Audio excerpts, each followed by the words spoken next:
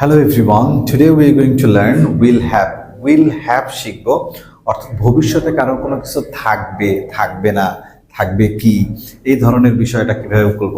Previous ক্লাসগুলোতে আমরা present past দেখে এসেছি, কারো কোনো কিছু আছে, কারো কোনো কিছু ছিল। সো আজকে থাকবে এটা কিভাবে বলবেন সেটা শিখবো। So let's have a look. First, use of will have অর্থাৎ কারো কোনো কিছু থাকবে, একদম সিম্পল ব্যবহার, সিম্পল ইউজ। সো যদি কারো কোনো কিছু থাকবে এরকম বোঝায় অর্থাৎ পজিটিভ হয়, তাহলে আগের মতো সাবজেক্ট থাকবে, জাস্ট উইল হ্যাভ বসায় দেব।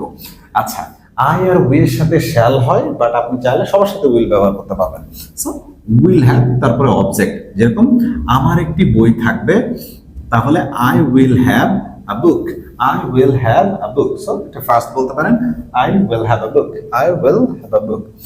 সো যদি আমরা এই সেম জিনিসকে একটু নেগেটিভ করি, তাহলে আমরা জাস্ট সাবজেক্ট থাকবে, উইলের সাথে নট করব, অর্থাৎ উইল নট।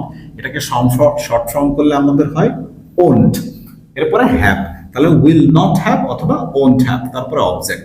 যেরকম আমার একটি বই থাকবে না, তাহলে I won't have a book. I won't have a book. Interrogative যদি করেন, অর্থাৎ কাউকে প্রশ্ন করে যে তোমার কি কিছু থাকবে, তোমার কি কিছু থাকবে না, এটা যদি প্রশ্ন করেন, তাহলে আমরা উইল দিব, সাবজেক্ট, তারপরে হ্যাভ, তারপর অবজেক্ট। অর্থাৎ উইলটা সাবজেক্টের আগে নিয়ে চলে আসবো। যেরকম আমার কি একটা বই থাকবে, তাহলে will I have a book. Will I have a বুক।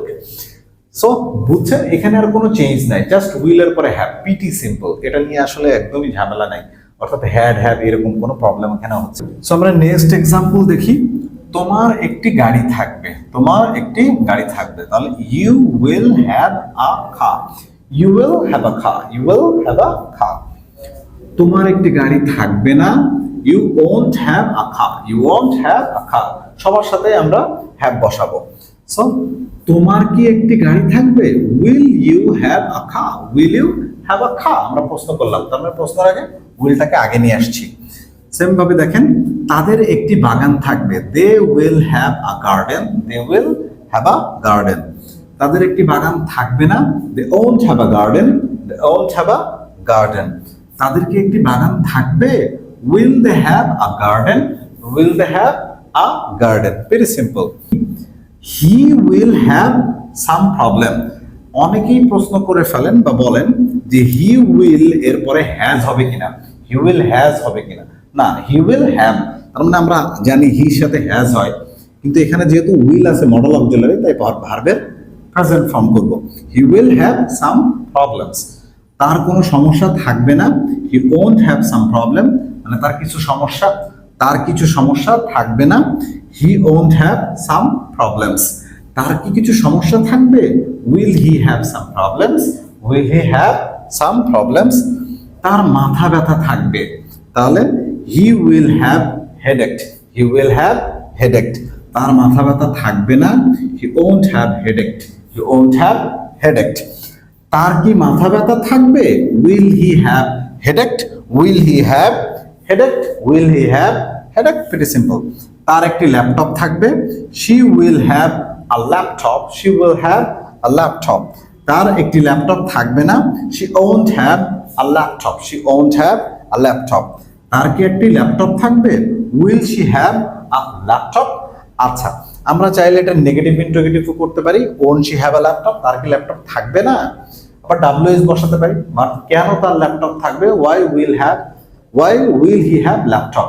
আমরা আসলে ডাব্লিউএস এবং অন্যান্য জিনিস দিইনি বেসিক করার জন্য, যেন আপনি একদম বেসিক লেভেলে একটু প্রথমে বুঝেন, আস্তে আস্তে আমরা ডাব্লিউএস গুলাকে অ্যাড করব।